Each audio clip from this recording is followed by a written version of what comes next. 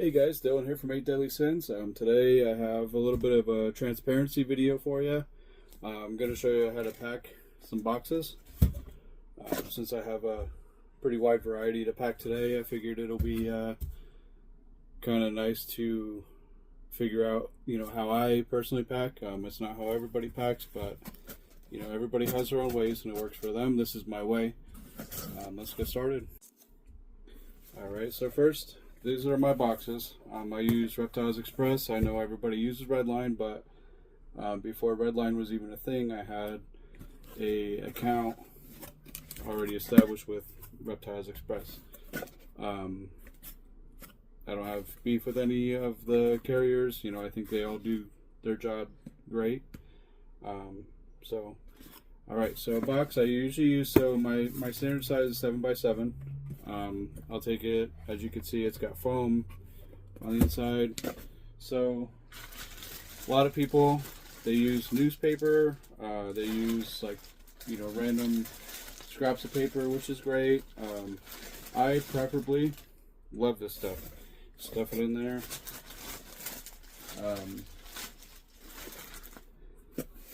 You kind of stuff it in that box, and then you make like a little see how there's like a pocket in there? So this order calls for a gracilis. So this is a Centroides gracilis, the Florida bark scorpion. It also calls for a Vicularia purpurea, purple pink toe. All these are is 3.5 grams. It's got the spider in there. I put a little paper towel on there, and then it calls for a Oleos giganteus. So this is the giant crab spider. Been selling pretty well for me lately, so we'll go ahead and put that one in there as well. And then once you get everything in there, kind of take more of this stuffing.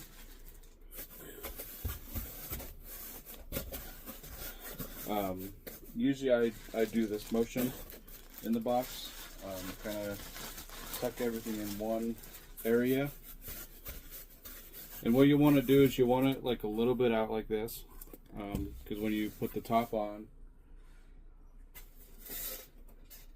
like this, put the top on like that, squish it down, and then I'll put a EightDeadlySins sticker,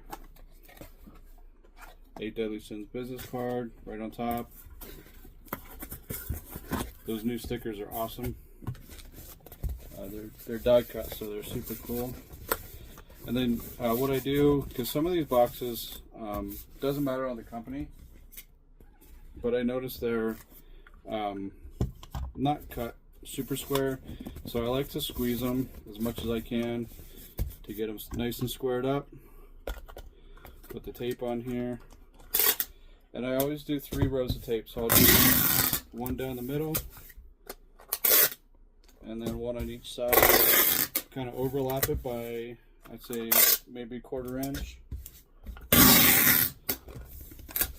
There it is.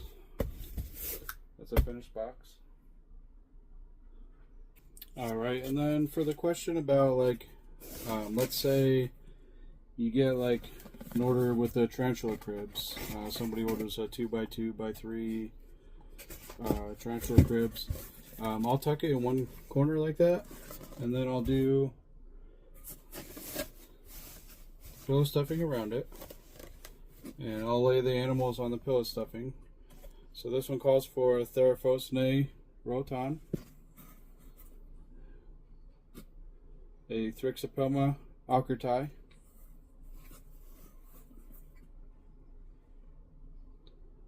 Firmictopus auratus, Heterometris silenus, which is an Asian forest scorpion, and last but not least, Nandu chromatus, or Vitalis chromatus. Now I gotta make sure to get that right now.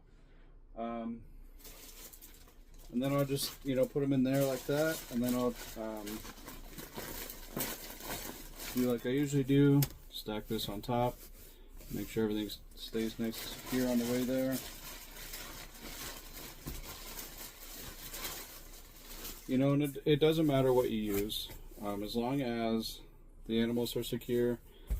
The 3.5 dram vials that I use are for animals that are like anywhere from like 1/2 inch to, I'd say, an inch and a half. So you got a pretty wide, you know, thing there. If they're like 1/2 inch to, you know, an inch and a half, I put them in these 3.5 drams. If they're bigger than that, I do bigger dram vials, or I use these spider vials. And if they're smaller than that, I use these. These are like little bullet vials. I always make sure to keep the animals secure on the way over there. Last thing you want to do is have the animal bouncing around.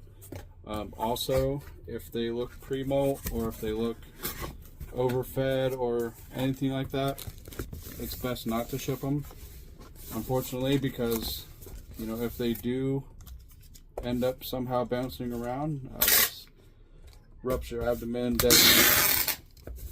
So it's just stuff you don't want. It doesn't look good for anybody. You know, put yourself on the receiving side. I know you couldn't hear me, but put yourself on the receiving side of this once. You just ordered a box of really cool stuff. You know, super excited to get it, and then you get just like a box of dead animals because whoever shipped them to you ships them too fat or pre-molt or too soon after they molt. I will admit, so once the animal molts, you have like 3 days. If it molted 3 days before that, before it's ready to ship, you're fine. Anything before that, like let's say they molted this morning, waiting, gotta wait. Unless I have, of course, another one that doesn't look ready to molt. But if it's, you know, if it just molted this morning, sorry, but I'd rather it make it alive. Rather wait that 3 days, 4 days, or whatever to let it kind of harden up, let it kind of get its grips. So anyways, that's what I wanted to share with you guys today. I hope you enjoyed it. I hope you learned something. Just a short video of how I pack boxes here. It's a finished box and everything. You want to give it kind of a shake test, make sure nothing's bouncing around in there before you get it to FedEx, because once it's at FedEx, it's out of your hands. If there's stuff in there bouncing around, I mean, there's not much you can do. They're not going to open it and fix it for you. So that's today's video. Thank you guys for watching. Have a good day.